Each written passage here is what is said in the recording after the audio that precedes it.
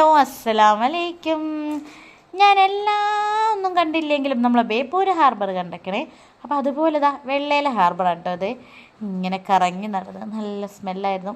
പിന്നെ ഹാർബറാണല്ലോ, എന്നാലും ഞാൻ ഫസ്റ്റ് ടൈം കാണാം കേട്ടോ ജീവിതത്തിൽ.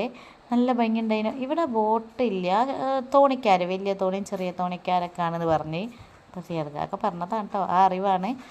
അങ്ങനെ നല്ല ഭംഗിയുണ്ടായിരുന്നു. കുറച്ചും കൂടി നേരത്തെ പോകണേന്. ഞങ്ങൾ പോകുമ്പോഴത്തേനും മഗ്‌രിബൊക്കെ കഴിഞ്ഞ് ആ വഴിക്ക് തിരിച്ച് പോകുമ്പോൾ ഒന്ന് കയറിയതാണ് കേട്ടോ. വെള്ളയില ഹാർബറിൽ ഇന്നതുണ്ടോ എന്നൊക്കെ കുറേ സംശയങ്ങൾ ചോദിച്ചപ്പോൾ വാ കാണിച്ചു തരാം വെള്ളയില ഹാർബർ എന്നും പറഞ്ഞ് അതിൻ്റെ ഉള്ളിൽ കയറി.